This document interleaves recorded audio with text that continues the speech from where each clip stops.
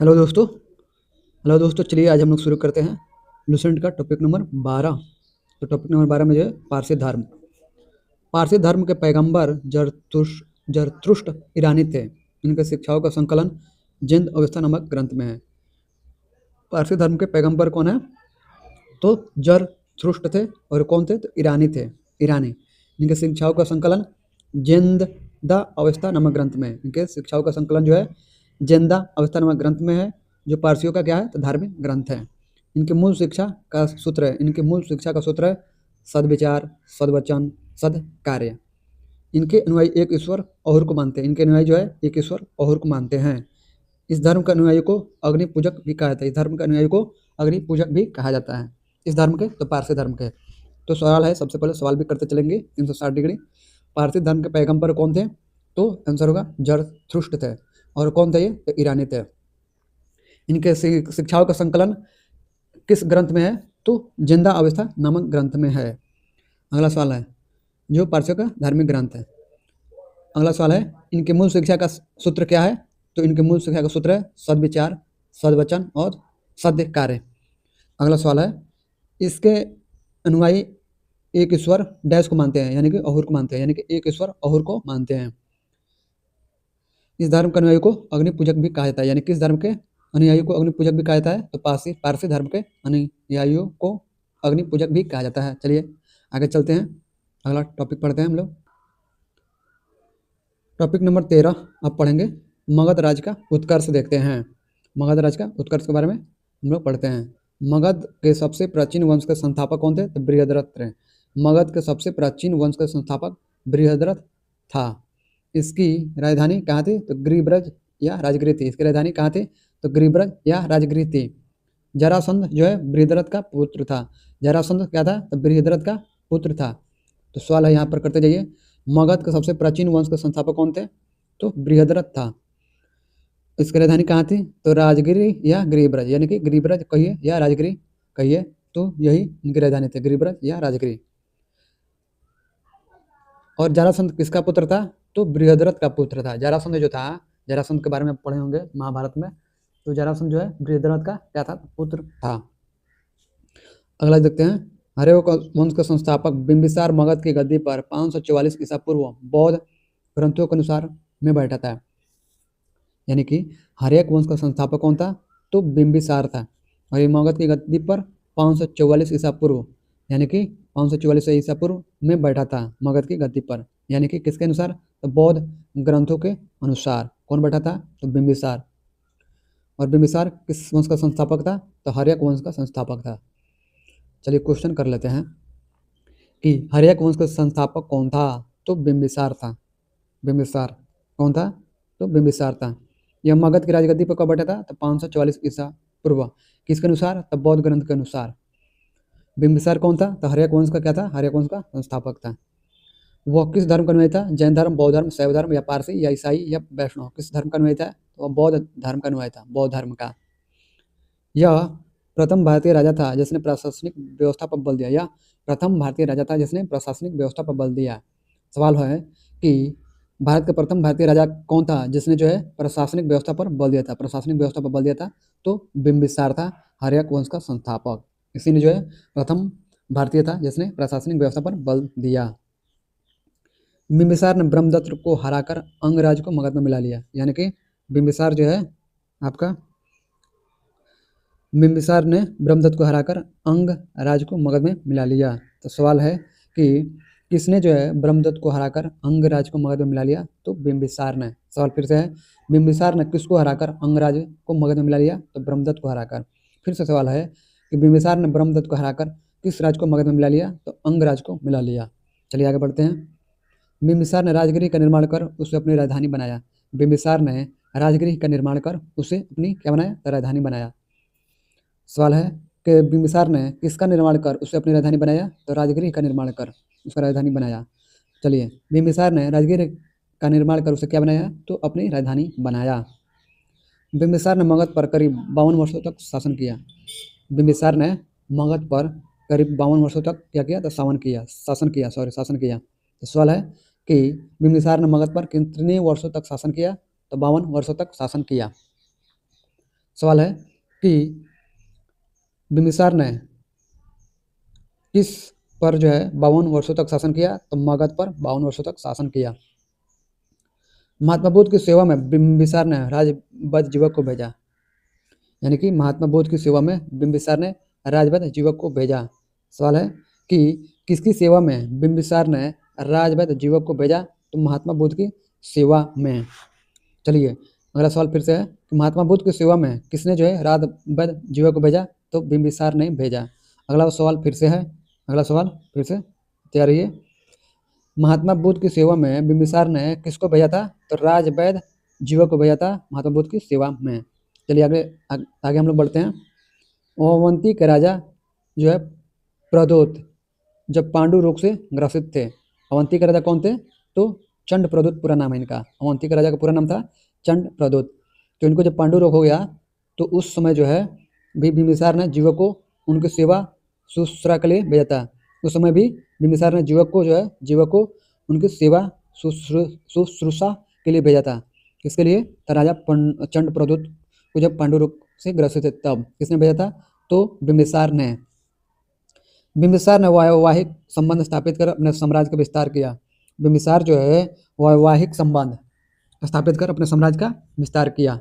इसने कौशल नरेश प्रसेनजीत की बहन महाकोशला से वैशाली के चेटक के पुत्र चेलना से तथा मध्य प्रदेश आधुनिक पंजाब की राजकुमारी क्षेमा से शादी की। यानी कि इसने जो कौशल का नरेश प्रसेनजीत और प्रसेनजीत के इस समय में जो है आपका अंगुली माल वाला कहानी हुआ था। तो ये श्रावस्ती में हुआ था। कौशल की राजधानी कहाँ थी? तो श्रावस्ती थी। तो ये जो है कौशल नरेश थे प्रसेनजीत, तो इन्हीं के बहन कौन थी? तो महाकोशला थे। और महाकोशला से किसने जो है बिंबिसार ने विवाह किया। साथ ही साथ वैशाली के चेटक की पुत्री चेलना उससे विवाह किया। और मध्य प्रदेश आधुनिक यानी पंजाब को उसमें मध्य प्रदेश कहा जाता था और आज जो है पंजाब कहा जाता है। उसकी राजकुमारी थी क्षेमा, उससे शादी किया और शादी करके क्या किया कि अपने साम्राज्य का क्या किया? विस्तार किया। किसने? तो बिंबिसार ने। बिंबिसार की हत्या उसके पुत्र अजातशत्रु ने कर दी। बिंबिसार की हत्या उसके पुत्र अजातशत्रु ने कर दी और वह 483 ईसा पूर्व में मगध की गद्दी पर बैठा।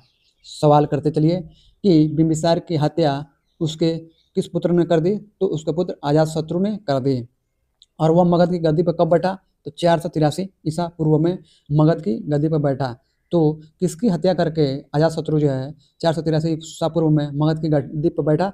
तो बिंबिसार की हत्या करके, अपने पिता की हत्या करके 483 ईसा पूर्व में मगध की गद्दी पर अजातशत्रु बैठा। इसका जो उपनाम कुणिक था, इसका उपनाम क्या था? तो कुणिक था। वो प्रारंभ में जैन धर्म का अनुयायी था। वो प्रारंभ में क्या था? तो जैन धर्म का अनुयायी था। तो पूछेगा कि अजातशत्रु प्रारंभ में किस धर्म का अनुयायी था? तो जैन धर्म का अनुयायी था। इसका उपनाम क्या था? तो कुणिक था। अजातशत्रु ने 32 वर्षों तक मगध पर शासन किया। अजातशत्रु है 32 वर्षों तक क्या किया कि मगध पर क्या किया? शासन किया। कितने सालों तक? तो 32 सालों तक।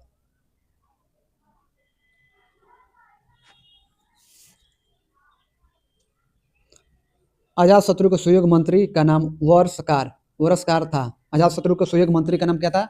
तो वरस्कार था। तो सवाल पूछेगा कि अजातशत्रु के सहयोग मंत्री का नाम क्या था? तो वरस्कार था। इसी की सहायता से अजातशत्रु ने वैशाली पर विजय प्राप्त की। और इसी की सहायता से जो है अजातशत्रु क्या किया कि वैशाली पर विजय प्राप्त किया। इसी की सहायता से जो है अजातशत्रु ने वैशाली पर क्या किया कि विजय प्राप्त किया। किसकी सहायता से? तो वरस्कार की सहायता से। ये कौन था? तो अजातशत्रु का क्या था? तो मंत्री था वरस्कार। और इसकी सहायता से किस पर विजय प्राप्त किया? तो वैशाली पर। कौन? तो अजातशत्रु। चलिए जैन ग्रंथों से पता चलता है कि लिच्छवियों से युद्ध में अजातशत्रु ने प्रथम बार रथ मुसल आधुनिक टैंकों के समान तथा महाशिला कंटक यानी गुलेल कैटापुल्ट जैसे 2 गुप्त हथियारों का प्रयोग किया। यानी कि जैन ग्रंथों से पता चलता है कि लिच्छुए से यानी कि वैशाली के जो लिच्छवी थे इनसे युद्ध में जो है अजातशत्रु क्या किया था कि प्रथम बार रथ मुसल यानी कि आधुनिक टैंकों को समान तथा महाशिला कंटक यानी गुलेल जैसे 2 गुप्त हथियारों का क्या किया? प्रयोग किया। कौन किया? तो अजातशत्रु ने। चलिए 461 ईसा पूर्व में अपने पिता की हत्या कर उदयन मगध की गद्दी पर बैठा। और 461 ईसा पूर्व में क्या होता है कि अजातशत्रु की हत्या कर देता है। कौन? तो उदयन कर देता है और मगध की गद्दी पर बैठा। तो उदयन किसकी हत्या किया था? तो अजातशत्रु के। कब किया था? तो 461 ईसा पूर्व में। ये कौन था? उदयन का अजातशत्रु तो पिता था। तो अजातशत्रु ने अपने पिता को मारा और उसका बेटा जो है उदयन ने अपने पिता को मारा, यानी कि बिंबिसार का पुत्र अजातशत्रु ने जो है अपने पिता की हत्या कर दिया। उसके बाद अजातशत्रु का पुत्र जो उदयन जो है उसने अपने पिता की हत्या कर दिया अजातशत्रु का, और मगध की गद्दी पर बैठा। उदयन ने पाटलिग्राम की स्थापना की। उदयन ने जो है पाटलिग्राम की स्थापना की। पूछेगा सवाल कि उदयन ने किसकी स्थापना की? पाटलिग्राम की स्थापना की। वह जैन धर्म का अनुयायी था। वह किस धर्म का अनुयायी था? तो जैन धर्म का अनुयायी था। कौन? तो उदयन। हर्यक वंश अंतिम राजा उदयन का पुत्र नागदशक था। हर्यक वंश का अंतिम राजा कौन था? तो उदयन का पुत्र था। कौन? तो नागदशक था, याद रखिएगा। नागदशक को उसके अमात्य शिशुनाग ने 412 ईसा पूर्व में अपदस्थ करके जो है मगध पर शिशुनाग वंश की स्थापना की। यानी कि नागदशक का अमात्य जो था, अमात्य कौन था? तो शिशुनाग था। नागदशक का अमात्य कौन था? तो शिशुनाग था। शिशुनाग, और इसने क्या किया कि 412 ईसा पूर्व में उसको अपदस्थ कर दिया और करके मगध की गद्दी पर बैठ गया। और इसने जो है शिशुनाग वंश की क्या की? स्थापना की। शिशुनाग ने अपनी राजधानी पाटलिपुत्र से हटाकर वैशाली में स्थापना की, यानी स्थापित की। क्या करता है कि शिशुनाग जो है ये क्या करता है कि अपनी राजधानी जो है पाटलिपुत्र से हटाकर कहाँ किया? तो वैशाली में स्थापित किया। किसने? तो शिशुनाग ने। तो सवाल पूछेगा कि किसने जो अपनी राजधानी पाटलिपुत्र से हटाकर वैशाली में स्थापित की? तो शिशुनाग ने की। सवाल है कि पाटलिपुत्र से शिशुनाग ने वैशाली में मतलब राजधानी मतलब पहले कहाँ था उसकी राजधानी? सॉरी, शिशुनाग ने कहाँ से राजधानी को हटाकर वैशाली में स्थापित की? तो पाटलिपुत्र से हटाकर वैशाली में स्थापित की। चलिए अगला देखते हैं। शिशुनाग का उत्तराधिकारी कौन था? तो कालाशोक था। शिशुनाग का उत्तराधिकारी कौन था? तो कालाशोक था। इसने पुनः राजधानी को पाटलिपुत्र ले गया। इसने जो राजधानी को क्या किया कि पाटलिपुत्र फिर ले गया। तो सवाल पूछेगा कि शिशुनाग का उत्तराधिकारी कौन था? तो कालाशोक था। इसने क्या किया? तो वैशाली से राजधानी को फिर पाटलिपुत्र ले गया।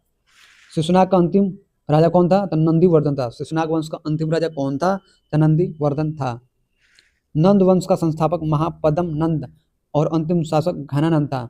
नंद वंश का संस्थापक कौन था? तो महापद्म नंद था। क्वेश्चन है कि नंद वंश का संस्थापक कौन था? तो महापद्म नंद था। और अंतिम शासक कौन था? तो घनानंद था। यह सिकंदर का समकालीन था। घनानंद किसका समकालीन था? तो सिकंदर के समकालीन था। इसे चंद्रगुप्त मौर्य ने युद्ध में पराजित किया। घनानंद को किसने युद्ध में पराजित किया? तो चंद्रगुप्त मौर्य ने पराजित किया। और मगध पर एक नए वंश मौर्य वंश की स्थापना की। और मगध पर जो है एक नए वंश मौर्य वंश की स्थापना की। किसने की? तो चंद्रगुप्त मौर्य ने। किसको हराकर? घनानंद को हराकर। घनानंद किस वंश का था? तो नंद वंश का था। चलिए इसी के साथ से ये टॉपिक आपका कंप्लीट हुआ। चलते हैं अगला टॉपिक देखते हैं हम लोग। Topic number 14, Sikandar. सिकंदर का जन्म जो है 356 ईसा पूर्व में हुआ। यानी कि सिकंदर का जन्म जो है 356 ईस्वी पूर्व में हुआ। उसका पिता फिलिप था। उसका पिता कौन था? तो फिलिप था। सवाल है सिकंदर का जन्म कब हुआ? तो 356 ईसा पूर्व में। उसका पिता कौन था? तो फिलिप था। फिलिप 359 ईसा पूर्व में मकदूनिया का शासक बना।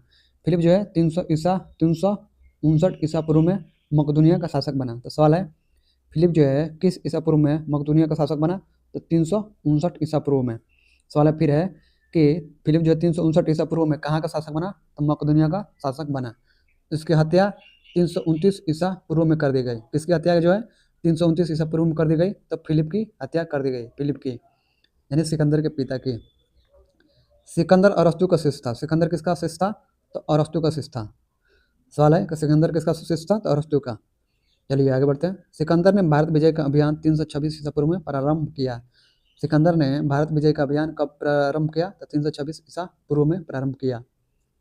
चलिए अगला देखते हैं। सिकंदर का सेनापति सेल्यूकस निकेटर था। सिकंदर का सेनापति कौन था? तो सेल्यूकस निकेटर था। क्वेश्चन है सिकंदर का सेनापति कौन था?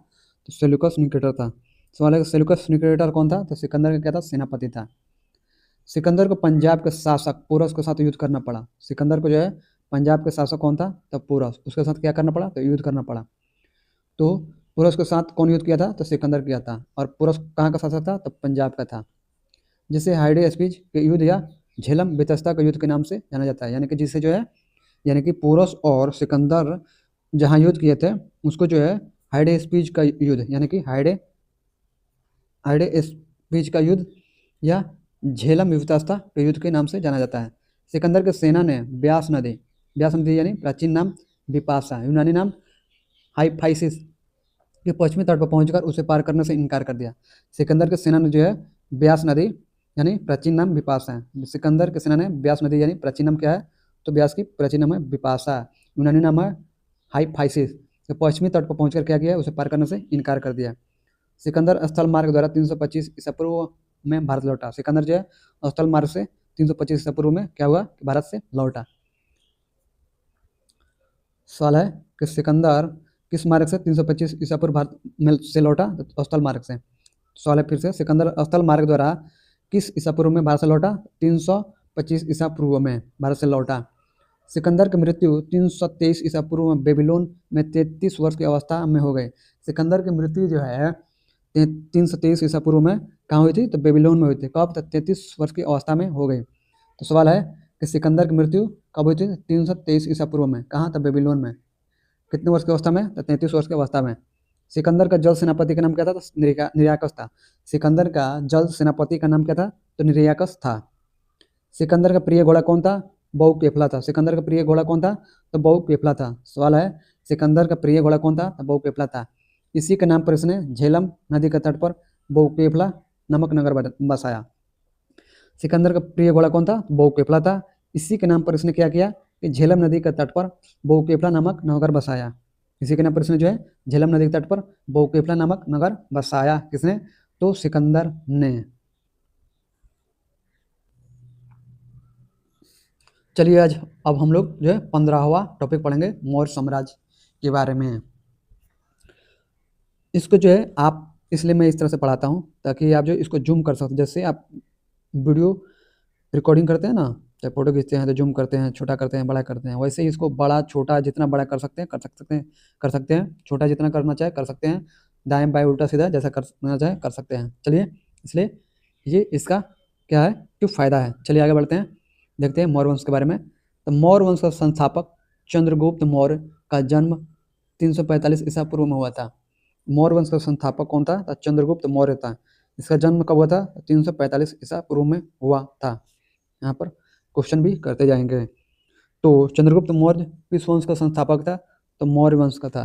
इसका जन्म कब हुआ था, 345 ईसा पूर्व में हुआ था। किसका था, चंद्रगुप्त मौर्य का। जस्टिन ने चंद्रगुप्त मौर्य को सेंड्रोकोट्स कहा है, जिसकी पहचान विलियम जोन्स ने चंद्रगुप्त मौर्य से की है। किसने जो है चंद्रगुप्त मौर्य को सेंड्रोकोट्स कहा है, तो जस्टिन ने कहा है। सवाल पहला का आंसर हो गया। दूसरा सवाल है, जिसकी पहचान किसने जो है चंद्रगुप्त मौर्य से की है, तो विलियम जोन्स ने चंद्रगुप्त मौर्य से की है जिसकी पहचान। सवाल फिर से है कि जस्टिन ने चंद्रगुप्त मौर्य को क्या कहा, तो सेंड्रोकोट्स कहा। और जिसकी पहचान चंद्रगुप्त मौर्य से की है किसने, तो विलियम जोन्स ने। जिसकी पहचान, फिर से सवाल, जिसकी पहचान विलियम जोन्स ने किससे की है, तो चंद्रगुप्त मौर्य से की है। तो 360 डिग्री आपका एमसीक्यू हो गया। इस सवाल को जिधर तभी घुमा कर पूछेगा इस लाइन को एग्जामिनर, आप इस लाइन से कोई भी सवाल इस तरह से बनाएगा, आप इसका जवाब देने में सक्षम होंगे। चलिए आगे बढ़ते हैं। विशाख दत्तकृत मुद्रा राक्षस में चंद्रगुप्त मौर्य के लिए वृषल यानी कि आशय क्या है, तो निम्न कुल में उत्पन्न, मतलब वृषल से आशय क्या है, तो आशय यह है कि निम्न कुल में उत्पन्न शब्द का प्रयोग किया गया है। तो इसका मतलब है कि विशाख दत्त जो है विशाख दत्त के द्वारा रचित कौन सी पुस्तक है, तो मुद्रा राक्षस है। तो सवाल है कि मुद्रा राक्षस पुस्तक किसने लिखी है, तो विशाख दत्त ने लिखी है। किसने, तो विशाख दत्त ने मुद्रा राक्षस लिखी है, जिसमें जो चंद्रगुप्त मौर्य के लिए यानी कि वृषल, यानी कि वृषल मतलब वृषल शब्द का प्रयोग किया गया है। वृषल शब्द का क्या किया गया है, तो प्रयोग किया गया है किस पुस्तक में, तो मुद्रा राक्षस में। किसने लिखा है, तो मुद्रा राक्षस तो विशाख दत्त ने लिखा है। इसमें क्या कहा गया है, तो चंद्रगुप्त मौर्य के लिए वृषल शब्द का प्रयोग किया गया है। यानी कि इसका मतलब क्या हुआ वृषल का, तो इसका आशय है कि निम्न कुल में उत्पन्न, निम्न कुल में उत्पन्न, यानी कि चंद्रगुप्त मौर्य जो था वो निम्न कुल में उत्पन्न हुआ था। इसका आशय यही है, और ये जो है मुद्रा राक्षस में इसका प्रयोग किया गया है। चलिए आगे बढ़ते हैं। घनानंद को हराने में चाणक्य, कौटिल्य या विष्णुगुप्त ने चंद्रगुप्त मौर्य की मदद की थी। तो घनानंद को हराने में, यानी कि घनानंद कौन था, तो नंद वंश का क्या था, तो एक राजा था।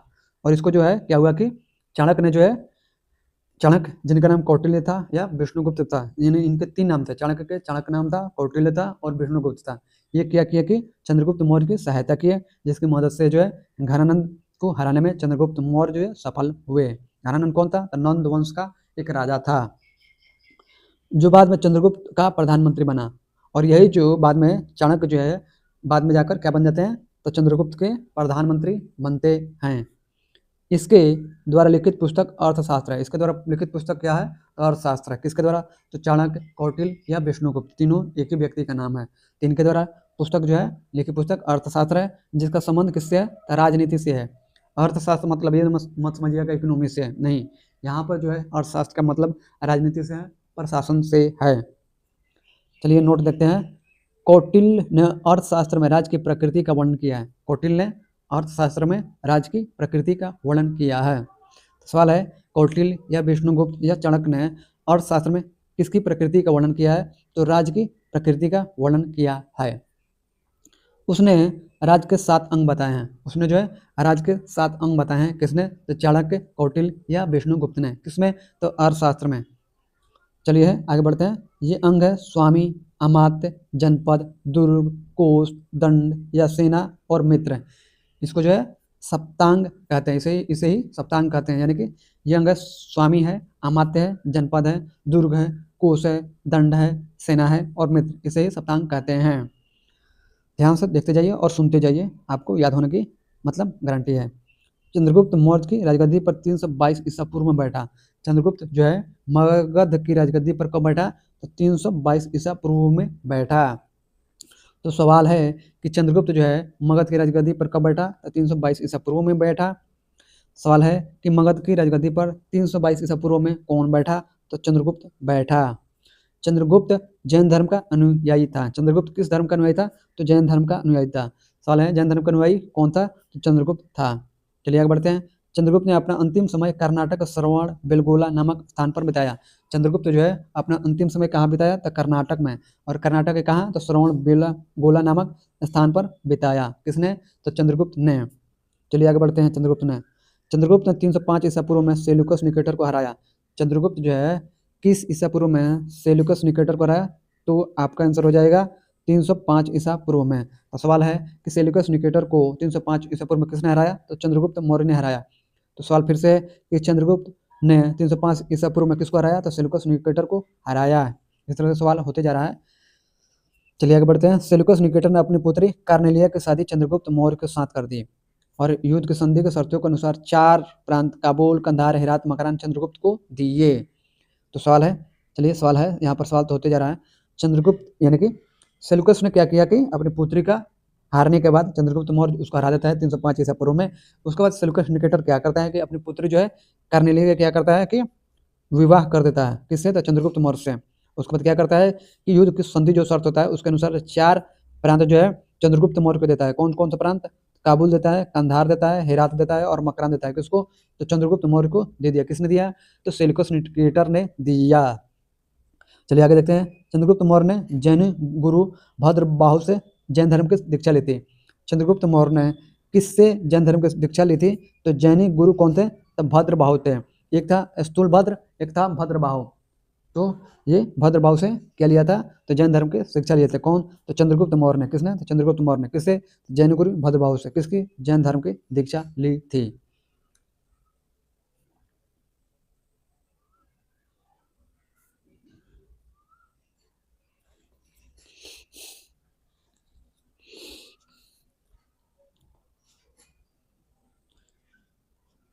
मेगास्थनीज सेल्यूकस निकेटर का राजू था। मेगास्थनीज जो है किसका राजू था? तो सेल्यूकस निकेटर का राजू था। तो मेगास्थनीज किसका राजू था? तो सेल्यूकस निकेटर का राजू था। मेगास्थनीज तो सेल्यूकस निकेटर का राजू था, जो चंद्रगुप्त के दरबार में रहता था। जो चंद्रगुप्त के दरबार में रहता था। तो सवाल है कि सेल्यूकस निकेटर का राजू कौन था? तो मेगास्थनीज था। सवाल है कि मेगास्थनीज किसका राजू था? तो सेल्यूकस निकेटर का था। मेगास्थनीज सेल्यूकस निकेटर के क्या था? तो राजदूत था। तो एक लाइन से 3 सवाल हो गए। चलिए आगे बढ़ते हैं। वो किसके दरबार में रहता था? तो चंद्रगुप्त के मौर्य के दरबार में रहता था। कौन रहता था? तो मेगास्थनीज रहता था। और किसका राजदूत था? तो सेल्यूकस निकेटर के राजदूत था। चलिए आगे बढ़ते हैं। मेगास्थनीज द्वारा लिखी गई पुस्तक इंडिका है। मेगास्थनीज द्वारा लिखी गई पुस्तक क्या है? तो इंडिका है। सवाल है कि इंडिका किसने लिखी है? तो मेगास्थनीज ने लिखी है। मेगास्थनीज ने कौन सी पुस्तक लिखी है? तो इंडिका लिखी है। चलिए आगे बढ़ते हैं। मेगास्थनीज के अनुसार सम्राट का जनता के सामने आने का अवसरों पर शोभा यात्रा के रूप में जश्न मनाया जाता है।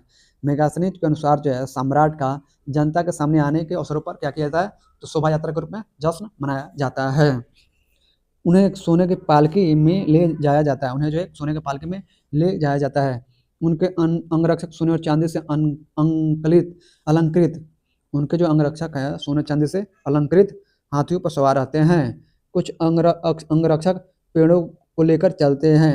इन पेड़ों पर प्रशिक्षित तोतों का झुंड रहता है जो सम्राट के सिर के चारों तरफ चक्कर लगाता रहता है।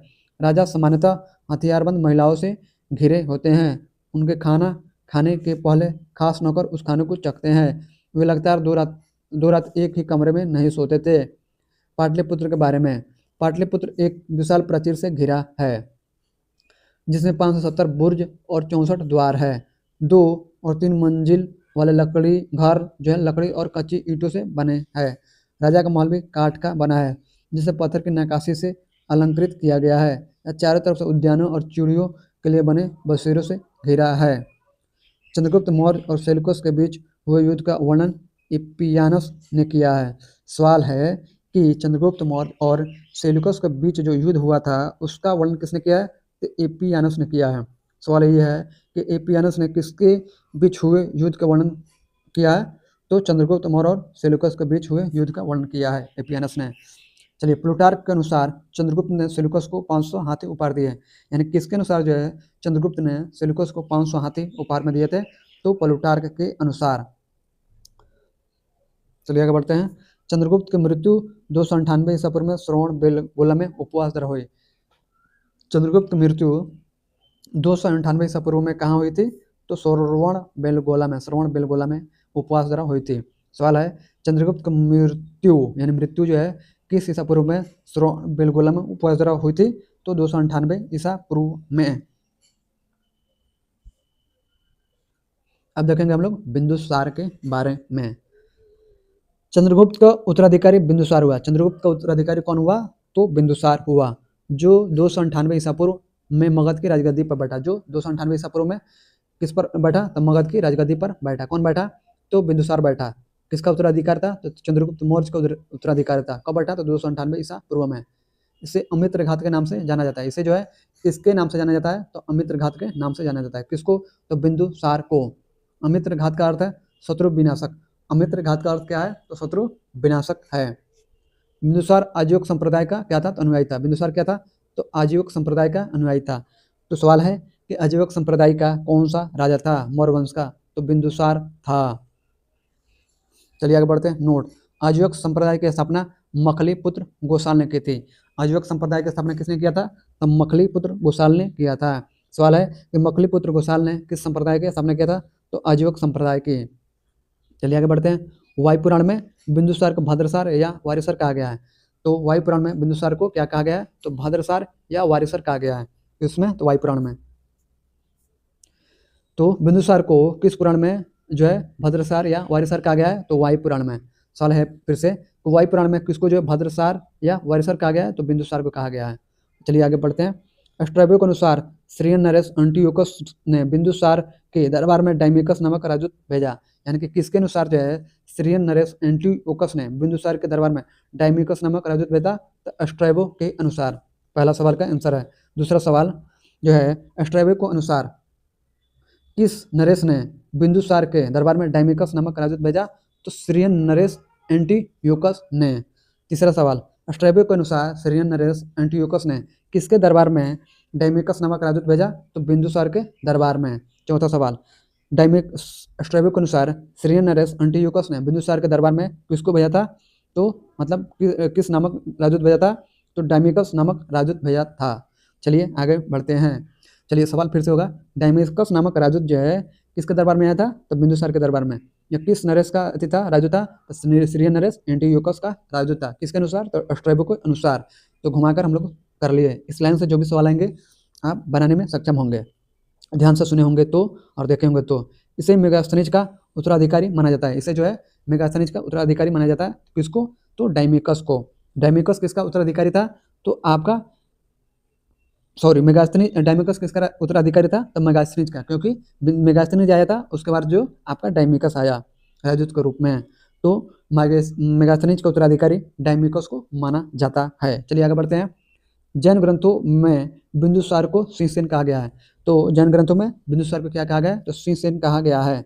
सवाल है कि किस ग्रंथ में बिंदुसार को शीर्षेन कहा गया है? तो जैन ग्रंथों में कहा गया है। सवाल फिर से है कि जैन ग्रंथों में किसको जो शीर्षेन कहा गया है? तो बिंदुसार को कहा गया है। फिर से सवाल है कि जैन ग्रंथों में बिंदुसार को क्या कहा गया है? तो शीर्षेन कहा गया है।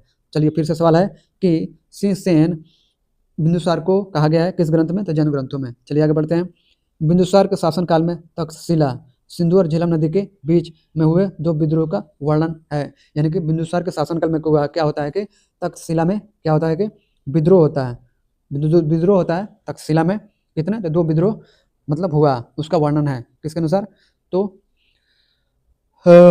वर्णन है बिंदुसार के शासनकाल में। और ये तक्षशिला किसके बीच था? तो सिंधु और झेलम नदी के बीच में था। तो सवाल पूछेगा कि तक्षशिला जो थी वो किस नदी के बीच में थी? तो सिंधु और झेलम नदी के बीच में थी। और बिंदुसार के शासनकाल में क्या हुआ था वहाँ पर?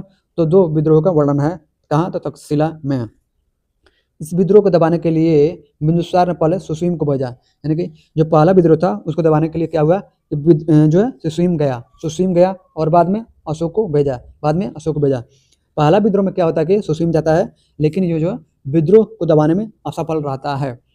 तो फिर बाद में दूसरा विद्रोह जब होता है तो आपको जो है बिंदुसार जो है क्या करता है कि अशोक को भेजता है, और अशोक जाकर वहाँ पर जो है विद्रोह को दबा देता है, वहाँ पर धुआं कर देता है। तो क्या होता है कि विद्रोह क्या होता है कि दब जाता है। चलिए आगे बढ़ते हैं। एथेनियस के अनुसार बिंदुसार ने सीरिया के शासक एंटियोकस प्रथम से मदिरा, सूखे अंजीर एवं एक दार्शनिक भेजने की प्रार्थना की थी। यानी कि एथेनियस, यानी कि यहाँ पर कलर चेंज कर लेते हैं। एथेनियस के अनुसार जो है बिंदुसार ने क्या किया कि सीरिया के शासक जो था कौन था? एंटियोकस प्रथम था। सीरिया का शासक कौन था? सीरिया का शासक एंटियोकस प्रथम था। तो उसने क्या किया कि उससे जो है मदिरा, यानी कि मदिरा मतलब समझ गए क्या होता है? पूरा सूखे अंजीर, जो अंजीर खाए होंगे उनको पता होगा सूखा अंजीर क्या होता है, अंजीर क्या होता है। और एक दार्शनिक यानी कि फिलोसफर, दार्शनिक भेजने की प्रार्थना की थी। किसने? तो बिंदुसार ने। मदिरा मतलब शराब। तो एथेनियस के अनुसार बिंदुसार ने सीरिया के शासक एंटियोकस प्रथम से मदिरा, सूखे अंजीर और एक दार्शनिक भेजने की प्रार्थना की थी। सवाल यह है कि किसने जो है एथेनियस के अनुसार किसने जो है सीरिया के शासक एंटियोकस प्रथम से मदिरा, सूखे अंजीर और एक दार्शनिक भेजने की प्रार्थना की थी? तो बिंदुसार ने। किसने? तो बिंदुसार ने। सवाल है कि बिंदुसार ने सीरिया के शासक एंटियोकस प्रथम से मदिरा, सूखे अंजीर एवं एक दार्शनिक भेजने की प्रार्थना की थी किसके अनुसार? तो एथेनियस के अनुसार। सवाल फिर से है कि एथेनियस के अनुसार बिंदुसार ने किसके किस देश के शासक, कहाँ के शासक से जो है मदिरा, सूखे अंजीर, एक दार्शनिक भेजने की प्रार्थना की थी? तो सीरिया के शासक एंटियोकस प्रथम से। तो क्या होता है कि सीरिया के शासक क्या करते हैं कि आपको जो है मदिरा भेज देते हैं, सूखे अंजीर भेज दिए, लेकिन दार्शनिक जो है नहीं भेजे। उन्होंने माफी मांगी और उन्होंने जो है दार्शनिक को नहीं भेजे। चलिए आगे बढ़ते हैं। इस बुक में नहीं दिया गया है। चलिए आगे बढ़ते हैं, दूसरे बुक में है। बौद्ध विद्वान तारानाथ ने बिंदुसार को 16 राज्यों को विजेता बताया। बौद्ध विद्वान कौन था? तो तारानाथ था। तारानाथ, इसने जो है बिंदुसार को 16 राज्यों का क्या बताया? तो विजेता बताया है।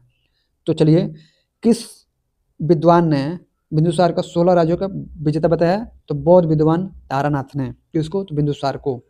कितने राज्यों का? तो 16 राज्यों का क्या बताया? तो विजेता बताया। तो बिंदुसार को 16 राज्यों का विजेता किसने बताया? तो बौद्ध विद्वान तारानाथ ने। चलिए आगे बढ़ते हैं। बिंदुसार की सभा में 500 सदस्यों वाली एक मंत्रिपरिषद थी जिसका प्रधान खल्लाटक था। यानी कि बिंदुसार की सभा में 500 सदस्यों वाली क्या थी? तो मंत्रिपरिषद थी। क्या थी? तो मंत्रिपरिषद थी। कितने सदस्यों वाली? तो 500 सदस्यों वाली। किसके सभा में? तो बिंदुसार की सभा में। जिसका प्रधान कौन था? खल्लाटक था। जिसका प्रधान कौन था? मंत्रिपरिषद का प्रधान कौन था? तो खल्लाटक था। अब चलते हैं अशोक के बारे में पढ़ते हैं। अशोक देखते हैं। बिंदुसार का उत्तराधिकारी अशोक महान हुआ। बिंदुसार का उत्तराधिकारी कौन हुआ? तो अशोक महान हुआ, जो 269 ईसा पूर्व में मगध की राजगद्दी पर बैठा। तो सवाल है कि बिंदुसार का उत्तराधिकारी कौन हुआ? तो अशोक महान हुआ।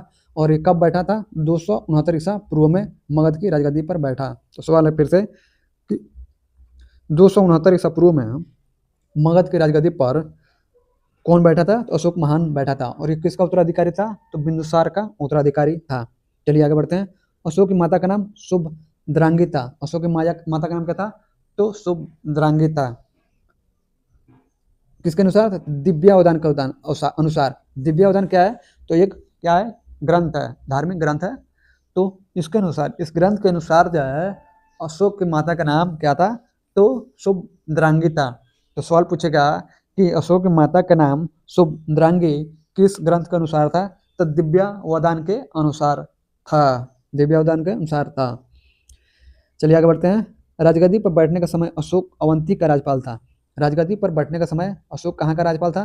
तो अवंती, यानी कि अवंती कहाँ है? तो उज्जैन, उज्जैन एमपी। अवंती का राज्यपाल उज्जैन, यानी कि अवंती उज्जैन आपका एमपी में। तो राजगद्दी पर मतलब बैठने से पहले अशोक कहाँ का राज्यपाल था? तो अवंती का राज्यपाल था। मास्की, गुर्जरा, नेत्तूर, उड्डेगुलम के लेखों में अशोक का नाम अशोक मिलता है। सवाल है कि अशोक का नाम अशोक किस अभिलेखों में मिलता है? तो मास्की में, गुर्जरा में, नेत्तूर में और उड्डेगुलम में क्या मिलता है? तो अशोक का नाम अशोक मिलता है। तो ये याद रखिएगा, मास्की, गुर्जरा, नेत्तूर और उड्डेगुलम, ये चारों अभिलेख याद रखिएगा जिसमें जो अशोक का नाम अशोक मिलता है। सवाल पूछ देगा कि अशोक का नाम अशोक किस अभिलेख में मिलता है, तो ऑप्शन दे देगा उसमें। ये चारों में से कोई एक ऑप्शन होगा, एक ऑप्शन होगा और तीन अलग ऑप्शन होंगे। तो आपको पता होना चाहिए कि ऑप्शन में अगर मास्की दिया है और तीन अलग ऑप्शन है तो उनको छोड़ दीजिएगा, मास्की को मारिएगा। अगर ऑप्शन में मास्की नहीं होगा, गुर्जरा होगा, बाकी इनमें से कोई और नहीं होगा, कोई और ऑप्शन होगा अलग ऑप्शन, तो गुर्जरा मार दिएगा, या नेत्तूर हो तो नेत्तूर मारिएगा, उड्डेगुलम हो तो उड्डेगुलम मारिएगा। या कथन या कारण वाला सवाल में अगर पूछेगा कि अशोक का नाम अशोक किस अभिलेख में मिलता है, यानी मास्की, गुर्जरा, नेत्तूर, उड्डेगुलम अभिलेख में अशोक का नाम अशोक मिलता है, क्या ये कथन सही है? तो इस कथन को सही मारिएगा क्योंकि चारों में मिलता है। चलिए आगे बढ़ते हैं। अशोक का इतिहास में हमें अशोक का इतिहास हमें मुख्यतः उसके अभिलेखों से ज्ञात होता है। अशोक का इतिहास जो है हमें उसके अभिलेखों से ही ज्ञात होता है। इसके अभिलेखों को निम्नलिखित वर्गों में विभाजित किया जा सकता है। इसके जो अभिलेख हैं इसको हम लोगों को निम्नलिखित भागों में विभाजित कर सकते हैं या किया जा सकता है। पहला शिलालेख है, शिलालेख। दूसरा स्तंभलेख है। तीसरा गुहालेख है। शिलालेख, स्तंभलेख और गुहालेख। नोट देखते हैं। डी आर भंडारकर, यानी कि डी आर भंडारकर जैसे इतिहासकार जो है ने अभिलेखों के आधार पर यह अशोक का इतिहास लिखने का प्रयास किया। यानी कि डी आर भंडारकर जैसे इतिहासकार जो हैं वो जो अशोक का इतिहास लिखते हैं इसके आधार पर, तो अभिलेखों के आधार पर।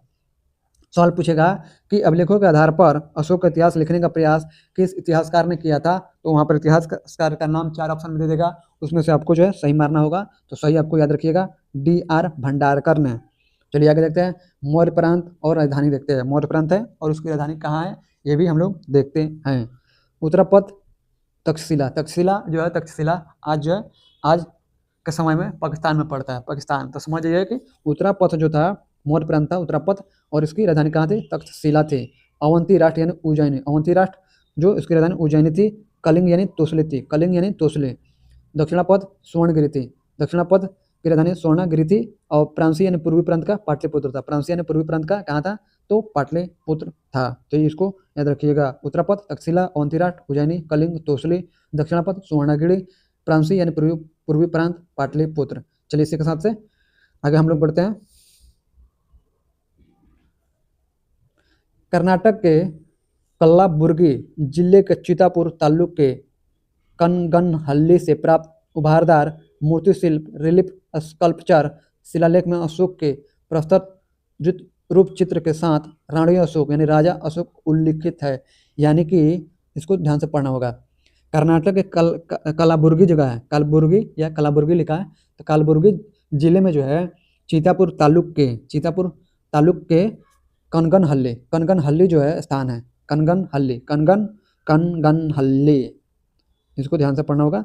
कनगनहल्ली से प्राप्त उभारदार मूर्ति शिल्प, रिलीफ स्कल्पचर शिलालेख में जो है अशोक के प्रस्तर रूप चित्र के साथ, यानी रूप चित्र के साथ राणियो अशोक यानी राजा अशोक उल्लिखित है। राणियो अशोक मतलब होता है कि राजा अशोक उल्लिखित है। तो सवाल ये होगा कि राणियो अशोक यानी कि राजा अशोक कहाँ के, यानी कि शिलालेख में अशोक प्रस्तर रूप चित्र के साथ राणियो अशोक यानी राजा अशोक उल्लिखित है। तो कर्नाटक के कलबुर्गी जिले के चितापुर तालुक के कनगनहल्ली से प्राप्त उभारदार मूर्ति शिल्प, रिलीफ स्कल्पचर, शिलालेख में अशोक के प्रस्तर रूप चित्र के साथ रानी अशोक यानी राजा अशोक उल्लिखित है। तो आपको जो है रानी अशोक का जो है शिलालेख मिला है कहाँ? तो कर्नाटक में। और कर्नाटक में कहाँ? तो कलबुर्गी में। कलबुर्गी जिले के कलबुर्गी जिला में कलबुर्गी जिला में जो है चितापुर क्या है? तालुक है। और तालुक के जो है कनगनहल्ली यानी कनगनहल्ली स्थान है, एक स्थान है, उस स्थान से जो है आपको ये शिलालेख मिला है। तो उसी में जो है अशोक के प्रस्तर रूप चित्र के साथ साथ राणियों अशोक लिखा है, यानी कि राजा अशोक उल्लेखित है। तो इसको याद रखिएगा। नोट, कनगनहल्ली भीमा नदी के बाएं तट पर स्थित है। कनगनहल्ली कहाँ है? तो भीमा नदी के बाएं तट पर स्थित है। सवाल याद रखिएगा कि कनगनहल्ली भीमा नदी के कहाँ स्थित है? तो बाएं तट पर स्थित है। सवाल है कि कनगनहल्ली किस नदी के तट पर है? तो भीमा नदी के तट पर है। सवाल है कि भीमा नदी के तट पर क्या है? तो कनगनहल्ली है। उसमें क्या मिला है? तो आपको अशोक के शिलालेख मिले हैं, जिसमें अशोक के मतलब क्या है कि प्रस्तर रूप चित्र, यानी अशोक के जो है शिलालेख में अशोक के रूप चित्र के साथ साथ राणियों अशोक भी लिखा है। तो याद रखिएगा। ये कनगनहल्ली कहाँ है? तो कर्नाटक के कलबुर्गी जिले में है और चितापुर तालुका में है ये कनगनहल्ली स्थान। तो कनगनहल्ली स्थान जो है भीमा नदी के किनारे स्थित है और वहीं पर एक शिलालेख मिला है किसका? तो अशोक का, जिसमें अशोक का रूप चित्र के साथ राणियों अशोक लिखा है। चलिए हम लोग आगे बढ़ते हैं। भाब्रू अभिलेख में अशोक ने स्वयं को मगध का राजा बताया है। और भाब्रू अभिलेख में जो है अशोक ने जो है स्वयं को मगध का राजा बताया है। सवाल है कि किस अभिलेख में अशोक ने स्वयं को मगध का राजा बताया? तो भाब्रू अभिलेख याद रखिएगा। क्वेश्चन है कि किस अभिलेख में अशोक ने स्वयं को मगध का राजा बताया है? तो भाब्रू अभिलेख में। सवाल फिर से है कि भाब्रू अभिलेख में अशोक ने स्वयं को क्या बताया है? तो स्वयं जो है मगध का राजा बताया है। चलिए आगे बढ़ते हैं। पुराण में अशोक को अशोक वर्धन कहा गया है। पुराण में अशोक को क्या कहा गया? तो अशोक वर्धन। तो सवाल है किसमें जो है अशोक को अशोक वर्धन कहा गया है? तो पुराणों में कहा गया है। पुराणों में। तो सवाल है कि पुराण में अशोक को क्या कहा गया है? तो अशोक वर्धन कहा गया है। पुराणों में अशोक वर्धन किसको कहा गया है? तो अशोक को कहा गया। तो एक लाइन से 3 सवाल हम लोग एमसीक्यू के रूप में कर लिए। तो क्वेश्चन यहाँ पर लगा लीजिए, 3 सवाल कर लिए। चलिए आगे बढ़ते हैं। देवानाम पियदसी अशोक का ही नाम था। देवानाम पियदसी किसका नाम था? तो अशोक का ही नाम था। सवाल है अशोक का नाम क्या था? तो देवानाम पियदसी। चलिए आगे बढ़ते हैं। अशोक ने अपने अभिषेक के 8 वर्ष बाद लगभग 261 ईसा पूर्व कलिंग पर आक्रमण किया और कलिंग की राजधानी तोसली पर अधिकार कर लिया। तो चलिए इसको थोड़ा सा हम लोग बड़ा करते हैं। थोड़ा सा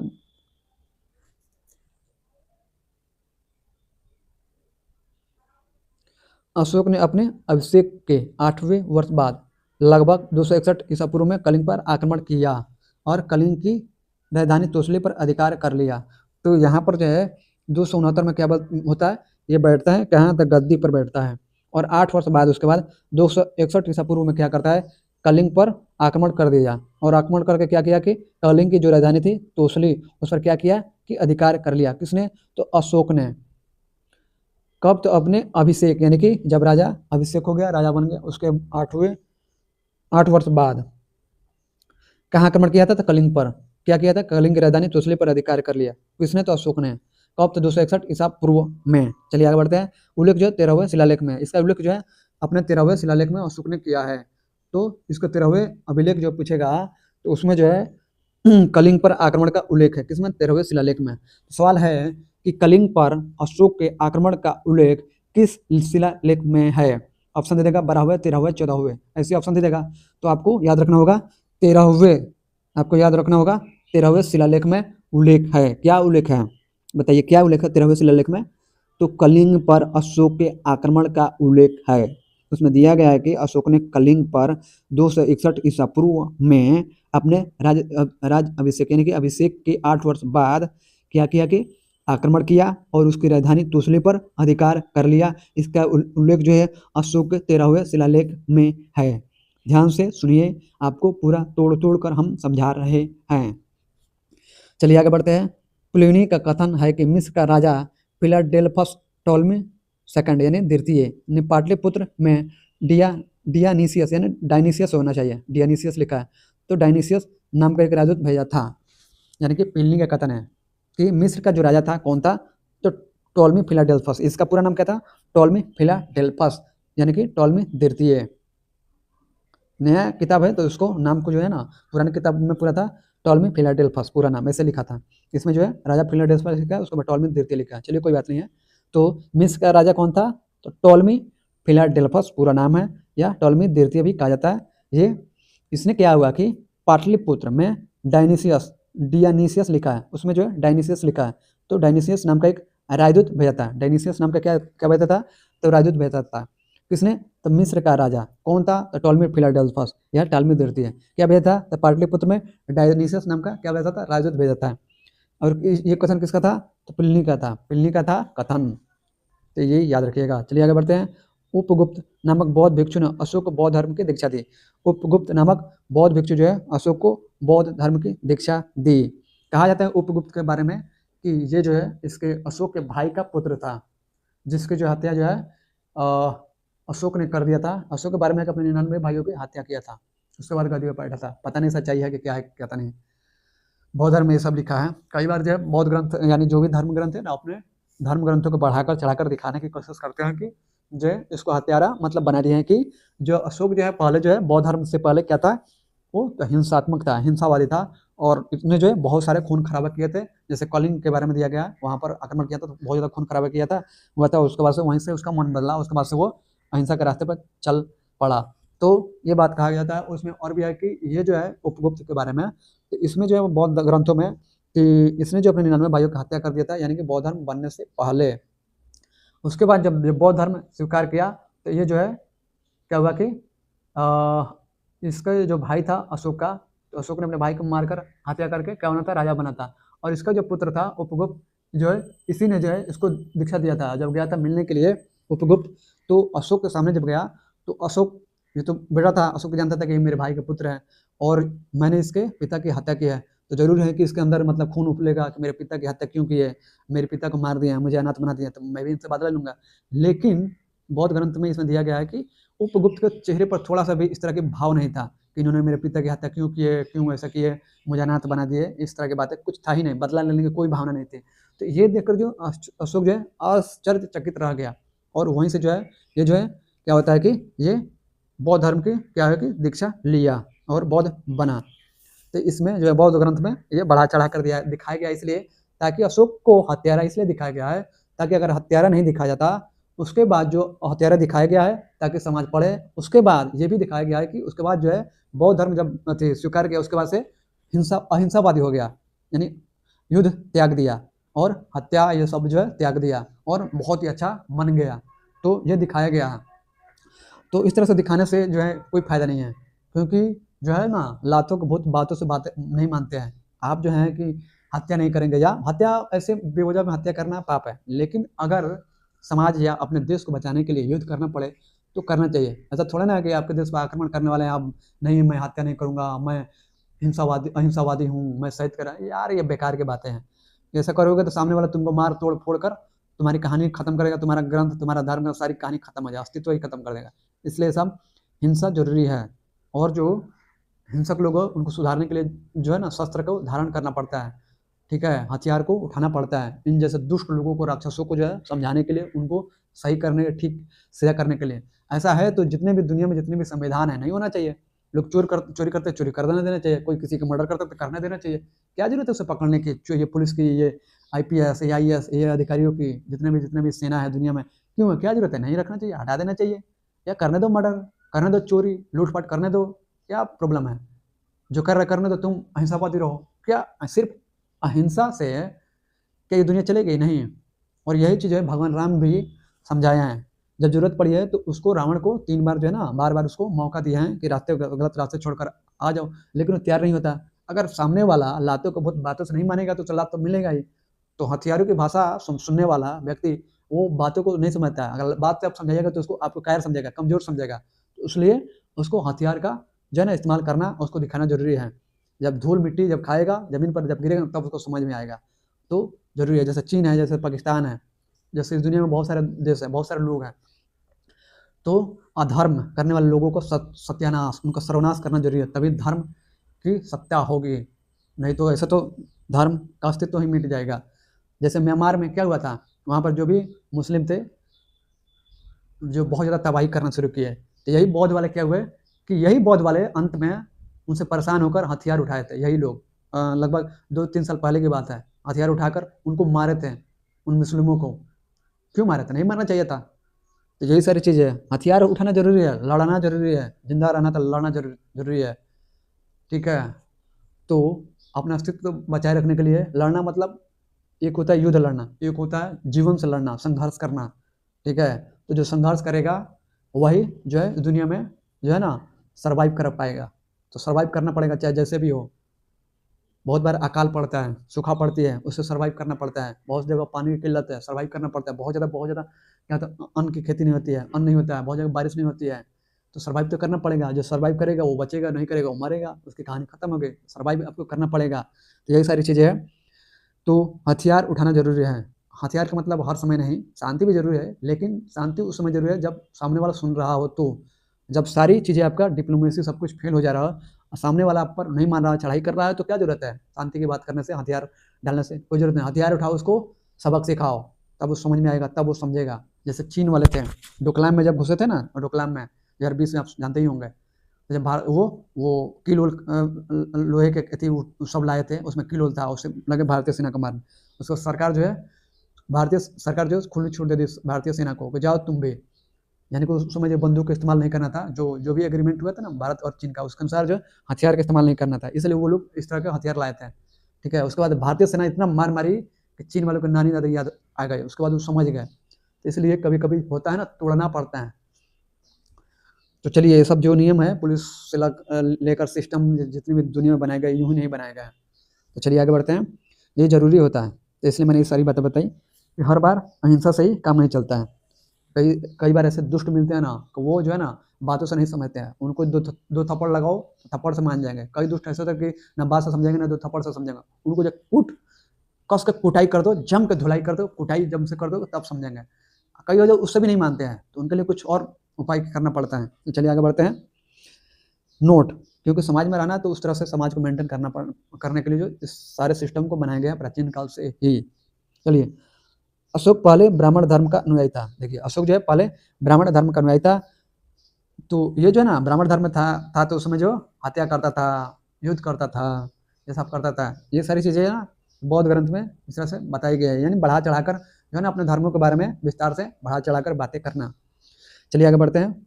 तो जो भी बौद्ध धर्म के हैं और उन्हें बुरा लगता है, तो आई एम सॉरी, उनके लिए यहाँ पर कोई स्थान नहीं है मेरे चैनल पर। जो सुन सकते हैं सच्चाई को, उनके लिए है। और उन्हें लगता है कि ऐसा नहीं है, तो ठीक है भाई, आपको ये ऐसा देश बनाइए, उसके बाद से रहिए। आप चीन के बगल में बनाइए देश और शांति से रहिए। उसके बाद देखिए चीन आपका क्या करता है। आपको चूड़िया कस देगा बढ़िया से, आपको ठीका कर देगा, आपको तहस नहस कर देगा। ऐसा नहीं है तो आप तिब्बत को ही देख लीजिए, तिब्बत में देख लीजिए, तिब्बत में देखिए चीन ने कब्जा किया। वहाँ के जितने भी बहुत से सब भारत में भाग कर आकर शरण लिए हैं। जैसे दलाई लामा के बारे में आप न्यूज में पढ़ते होंगे, क्यों भाग के आए? अगर वो लड़ना जानते लड़ते हैं, हथियार होता है उनके पास, वो लड़ते, तो क्या चीन कब्जा करता? नहीं करता। अगर भारत के पास हथियार नहीं होती, भारत ने परमाणु बम क्यों बनाया? क्यों बनाया भारत ने परमाणु बम? पाकिस्तान और चीन को मारने के लिए थोड़ा ना बनाया, अपनी सुरक्षा के लिए बनाया गया। अगर हथियार रहेगा तभी सामने वाला डरेगा। अगर नहीं रहेगा ना, सामने वाला देखेगा इसके पास हथियार नहीं है, तो वो आपको दिन रात डराएगा। जैसे पाकिस्तान आज भी बोलता है, वो जानता है कि भारत के पास भी परमाणु बम है और उससे भी ज़्यादा शक्तिशाली भारत है, पाकिस्तान से भी ज़्यादा। फिर भी वो हर बार न्यूज इनका देखिए, हम परमाणु बम वाला देश हैं, हम एटमी मुल्क हैं, हम ये कर देंगे, वो कर देंगे, बातें करते हैं। अगर सच में भारत के पास परमाणु बम नहीं हो तो पता नहीं क्या करते। या चीन वाले, पाकिस्तान वाले हम लोग उस मतलब चबा जाते हैं। ये लोग मतलब पूरे भारत को लूट लिए होते हैं, पूरे भारत को कब्जा कर लिए होते हैं। जिस तरह से चीन की मानसिकता है, जैसे सीपेक के माध्यम से और स्ट्रिंग्स ऑफ पर्ल्स के माध्यम से जो है चीन क्या करना चाहता है? भारत को घेरना चाहता है। तो अगर नहीं होता परमाणु संपन्न, तो क्या करता चीन और पाकिस्तान? भारत को पूरी तरह से सर्वनाश कर देता। तो यही सारी बातें हैं। तो बुरा लग रहा है किसी, अगर बौद्ध धर्म को कोई मानने वाला बुरा लग रहा है, तो उसमें मेरी कोई गलती नहीं है, क्योंकि हथियार का होना जरूरी है। तेवर में नरमी रहेगा ना, तो कोई भी आपको यूं ही समझ कर नहीं आता है कि जैसे धूल में दूध चाय में पड़ी मक्खी की उठा कर फेंक देगा। तेवर में गर्मी होनी चाहिए। समझ में आई बात? तभी लोग को डर होगा। और डर भी जरूरत है, नियम कानून को मानने के लिए डर जरूर होना चाहिए। और डर नहीं होगा तो क्या होगा? लोग नियम कानून नहीं मानेंगे, संविधान को नहीं मानेंगे, कानून को नहीं मानेंगे। तो इसलिए नियम कानून को मानने का डर का होना जरूरी है। सामने वाला देश हो चाहे कोई भी हो, डर होना चाहिए, चाहे हथियार का हो, चाहे जिस चीज़ का भी हो। अशोक पहले ब्राह्मण धर्म का अनुयायी था। कल्हण के राज तरंगिणी से पता चलता है कि हाँ, जो भी जो भी जिनको भी बुरा लगता है उनके लिए मेरी तरफ से सॉरी है, और उनके लिए ये चीज़ नहीं है, वो जा सकते हैं। कि वह शैव धर्म का उपासक था। कलहण के राजतरंगिणी से पता चलता है कि वह शैव धर्म, यानी कि शैव धर्म समझ रहे हैं, भगवान शिव। तो कलहण के राजतरंगिणी से पता चलता है कि कौन था, तो वह शैव धर्म का उपासक था। कौन, तो अशोक। और ये पहले क्या था, ब्राह्मण धर्म का अनुयायी था। तो सवाल है कि किसके अनुसार जो है अशोक जो है शैव धर्म का अनुयायी था। तो कलहण जो है राजतरंगिणी नामक पुस्तक लिखे हैं। कौन लिखे हैं, तो कलहण। कौन सी पुस्तक, राजतरंगिणी। तो उसी में इसके बारे में पता चलता है कि शैव धर्म का उपासक था। कौन, तो अशोक। निग्रोध के प्रवचन सुनकर उसने बौद्ध धर्म को अपना लिया। यानी कि निग्रोध के प्रवचन सुनकर उसने बौद्ध धर्म को अपना लिया। निग्रोध के प्रवचन सुनकर उसने क्या किया कि बौद्ध धर्म को अपना लिया। किसने, तो अशोक ने। अशोक एक उपासक के रूप में अपने राज्याभिषेक के 10वें वर्ष बोध गया। यानी कि अशोक जो है एक उपासक के रूप में अपने राज्याभिषेक के 10वें वर्ष कहाँ गया, तो बोध गया। 12वें वर्ष निगाली सागर की, और 20वें वर्ष लुम्बिनी की यात्रा की। और 20वें वर्ष किसकी यात्रा की, तो लुम्बिनी की यात्रा की। तो सवाल है कि अशोक जो है एक उपासक के रूप में अपने राज्याभिषेक के कितने वर्ष, यानी कि तो 10वें वर्ष में बोध गया, और 12वें वर्ष में कहाँ गया, तो निगाली सागर गया, और 20वें वर्ष में लुम्बिनी की यात्रा की। सवाल है कि लुम्बिनी की यात्रा अशोक कितने वर्ष में की, तो 20वें वर्ष में, और बोध गया की तो 10वें वर्ष में, और 12वें वर्ष में निगाली सागर की। किसने, तो अशोक ने। अहरौरा लेख में यह घोषणा की गई है कि अशोक व्यक्तिगत रूप से बौद्ध धर्म का अनुयायी था। अहरौरा लेख में यह घोषणा की गई है कि अशोक जो है व्यक्तिगत रूप से बौद्ध धर्म का अनुयायी था। तो सवाल है कि किस लेख में यह घोषणा की गई है कि अशोक व्यक्तिगत रूप से बौद्ध धर्म का अनुयायी था, तो अहरौरा लेख में। रुमनदेई स्तंभ अभिलेख और निगाली सागर स्तंभ अभिलेख बौद्ध मत में अशोक की आस्था का स्पष्ट प्रमाण देते हैं। यानी कि रुमनदेई स्तंभ अभिलेख और निगाली सागर स्तंभ अभिलेख जो है बौद्ध मत में अशोक की आस्था का स्पष्ट क्या देते हैं, तो प्रमाण देते हैं। तो सवाल है कि बौद्ध मत में अशोक की आस्था का स्पष्ट प्रमाण कौन सा अभिलेख देते हैं, तो आपका जो है रुमनदेई स्तंभ अभिलेख और निगाली सागर स्तंभ अभिलेख। चलिए आगे बढ़ते हैं। अशोक के प्रमुख शिलालेख एवं उनमें वर्णित विषय देखते हैं। अशोक के प्रमुख शिलालेख कौन कौन से हैं और उनमें वर्णित विषय क्या है, तो उसके बारे में देखते हैं। शिलालेख और विषय। पहला में पशु बलि की निंदा की गई है। पहला जो शिलालेख है उसमें पशु बलि की निंदा की गई है। प से पहला, प से पशु बलि। दूसरा में है मनुष्य और पशु दोनों की चिकित्सा व्यवस्था का उल्लेख है। दूसरा में क्या है, मनुष्य और पशु दोनों की चिकित्सा व्यवस्था का उल्लेख है। तीसरा में है इसमें राजकीय अधिकारियों को यह आदेश दिया गया है कि वे हर 5वें वर्ष के उपरांत दौरे पर जाए। इसमें कुछ धार्मिक नियमों का भी उल्लेख है।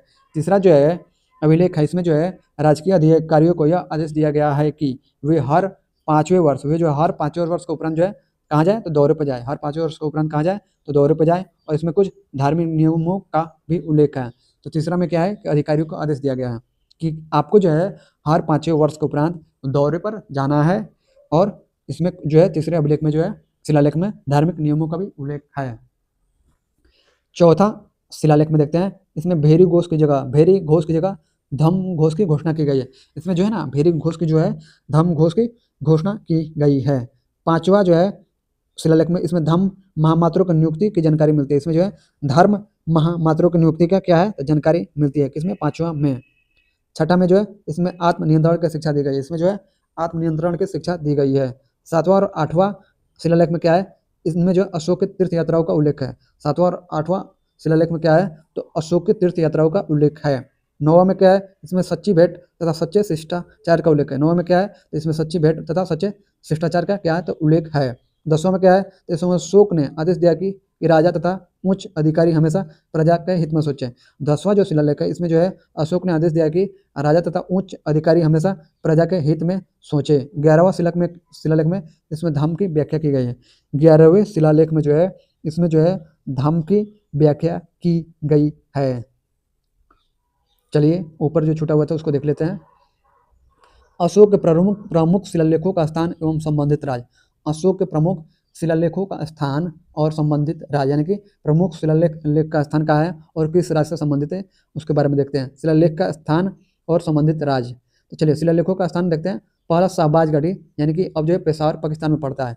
शाहबाज गढ़ी में जो है अशोक का जो शिलालेख है, ये शाहबाज गढ़ी शिलालेख, ये है पेशावर पाकिस्तान में आज के समय में पड़ता है। यानी कि शाहबाज गढ़ी शिलालेख पेशावर पाकिस्तान में पड़ता है। मनसेहरा शिलालेख जो है हजारा पाकिस्तान में पड़ता है। मनसेहरा और हजारा पाकिस्तान में पड़ता है। तो ये दोनों जो है शाहबाज गढ़ी और मनसेहरा जो है आपका पाकिस्तान में पड़ता है। कालसी जो है उत्तराखंड में पड़ता है। कालसी कहाँ पड़ता है? तो उत्तराखंड में पड़ता है। गिरनार शिलालेख जो है गुजरात में पड़ता है। गिरनार पर्वत है गुजरात में, तो इसलिए गिरनार शिलालेख गुजरात में पड़ता है।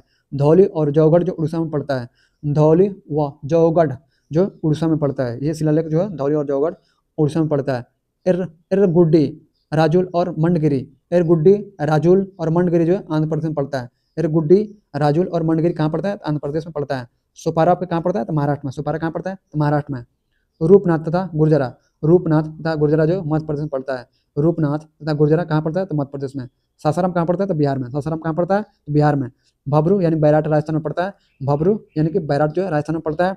मास्की, गोविमठ, ब्रह्मगिरी, सिद्धपुर, जंटी, जंटी रामेश्वर, कनगनहल्ली, पालकी गुड्डू, पालकी गुड्डू जो है कर्नाटक में पड़ता है। यानी कि मास्की हो गया, गोबीमठ हो गया, ब्रह्मगिरी हो गया, सिद्धपुर हो गया, जंटी रामेश्वर हो गया, कनगनहल्ली हो गया, पालकी गुड्डू हो गया, ये सब कर्नाटक में पड़ते हैं। अहरौरा जो है उत्तर प्रदेश में पड़ता है। अहरौरा कहाँ पड़ता है? तो उत्तर प्रदेश में पड़ता है।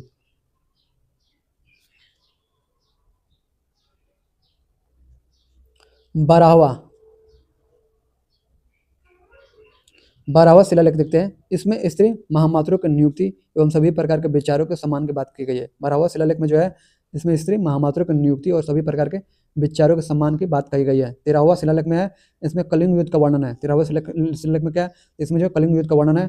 अशोक के हृदय परिवर्तन की बात कही गई है। इसमें जो है अशोक के हृदय परिवर्तन की बात की गई है। इसी में 5 यवन राजाओं के नामों का उल्लेख है। इसी में जो है 5 यवन राजाओं के नामों का उल्लेख है, जहाँ उसने धर्म प्रचारक भेजे, जहाँ उसने जो है धर्म प्रचारक भेजे। 14वां शिलालेख में जो है अशोक ने जनता को धार्मिक जीवन बिताने के लिए प्रेरित किया। अशोक ने जो है जनता को धार्मिक जीवन बिताने के लिए प्रेरित किया। 14वां शिलालेख में है। तो चलिए आज के लिए इतना ही। मिलते हैं फिर अशोक के बारे में कल पढ़ेंगे फिर से। तो चलिए, जय हिंद, जय भारत, भारत माता की जय। अपने माता पिता परिवार समाज अपने देश से प्यार कीजिए। अपने माता पिता परिवार समाज और देश का ख्याल रखिए। लाइफ में सफल होइए और सफलता की ऊंचाइयों को प्राप्त कीजिए। खुश रहिए, खुशहाल रहिए और हमेशा आगे बढ़ते रहिए। अगर आप अपने माता पिता परिवार समाज अपने देश से प्यार करते हैं तो आपको अपने माता पिता परिवार और देश की कसम, पढ़ाई से प्यार करते हैं तो उसकी कसम, आप चैनल को लाइक, सब्सक्राइब और कमेंट जरूर करें। जय हिंद, जय भारत।